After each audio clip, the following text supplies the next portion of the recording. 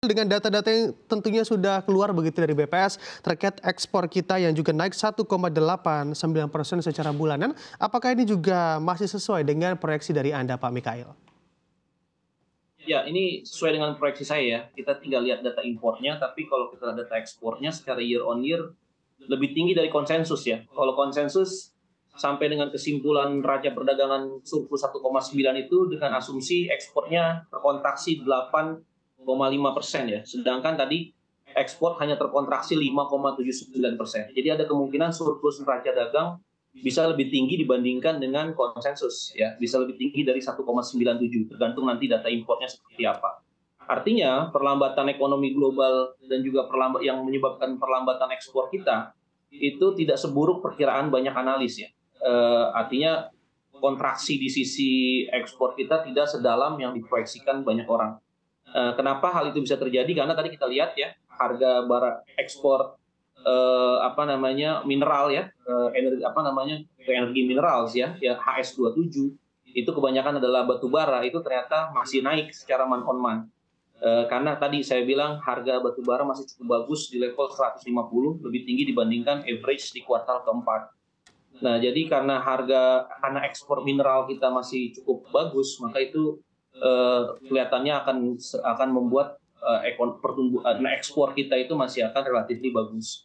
Nah, juga tadi seperti yang saya prediksi bahwa ekspor iron and steel juga masih tumbuh positif month on month dan kinerjanya membaik ya. Itu menunjukkan bahwa permintaan dari China masih cukup kuat untuk ekspor iron and steel kita. Nah, yang membuat ekspor kita juga cukup baik di 2023 tahun lalu secara overall tadi kita lihat ada logam mulia ya. Ini karena kenaikan harga emas. Jadi karena harga emas masih bertahan di level 2030 per ounce, per troy ounce, ini juga kemungkinan besar bisa jadi faktor yang bisa memperbaiki ekspor kita ke depan, terutama untuk perhiasan dan logam mulia ya, karena kita juga pengekspor emas ya. Tergantung bagaimana nanti kita meningkatkan volume dalam negeri. Kalau volume dalam negeri kita membaik, ekspor emas maupun koper, tembaga, saya rasa itu cukup membantu kinerja ekspor kita tahun ini. Seperti itu ya. Jadi saya lihat dari ekspor emas, dari ekspor batu bara, dan juga ekspor besi dan baja, ini kemungkinan besar masih membantu neraca perdagangan kita untuk terus melanjutkan surplus. Yang turun tadi ada ekspor CPO ya, yang jadi nomor kedua terbesar ya dari ekspor non migas kita itu tadi surprisingly dari sisi volume ekspor CPO kita tadi mengalami penurunan ya, walaupun dari sisi harga saya lihat harga CPO masih relatively stable ya. Jadi tergantung bagaimana volume dari permintaan CPO ke depan seperti apa ya. Kalau saya lihat pertumbuhan ekonomi India itu membaik, katakanlah tahun depan, seharusnya sih penurunan dari ekspor volume CPO tidak akan terlalu besar. Jadi kita tunggu data import akan seperti apa. Kalau importnya masih drop seperti prediksi analis di minus 3,8%, itu kita lihat berarti surplus neraca perdagangan kita akan jauh lebih baik dari average konsensus analis ya. Oke, baik, Pak Mikhail. Namun ada yang juga menarik perhatian begitu ya, apabila ditarik secara tahunan atau di sepanjang tahun 2023, ekspor kita justru turun 11,33% dibandingkan dengan tahun 2022 lalu. Apakah memang ini juga menandai di tahun 2023 kemarin ekspor kita juga terbilang cukup lesu? Iya, lesu dari sisi lebih dampak dari penurunan harga yang jauh lebih besar saya lihat daripada volume ya. Penurunan harga tentu datang dari batu bara. Tahun lalu batu bara sempat $400 per metric ton, sekarang harga batu bara in average hanya sekitar 130-an per metric ton, ya turunnya cukup jauh ya. Sehingga tadi makanya yang paling dalam itu adalah ekspor dari sektor ya, itu 20% lebih turun, itu adalah ekspor mineral, energi mineral ya, di dalamnya itu adalah batu bara tentunya ya. Nah, itu yang menyebabkan ekspor kita turun cukup dalam. Nah, ini ada perkembangan import ya. Perkembangan import, cuman saya belum bisa lihat tadi datanya ini news dari statistik impor kita, saya belum bisa lihat secara detail data importnya. 19,11 miliar dolar atau turun sebesar 2,45% secara mansuman. Ya, berarti seharusnya surplus kita lebih tinggi nih kalau kita lihat ya dari proyeksi analis ya, konsensus analis ya. Karena kalau kita lihat kontraksinya secara year on year itu dia lebih atau hampir inline ya dengan proyeksi dari analis ya 3,8.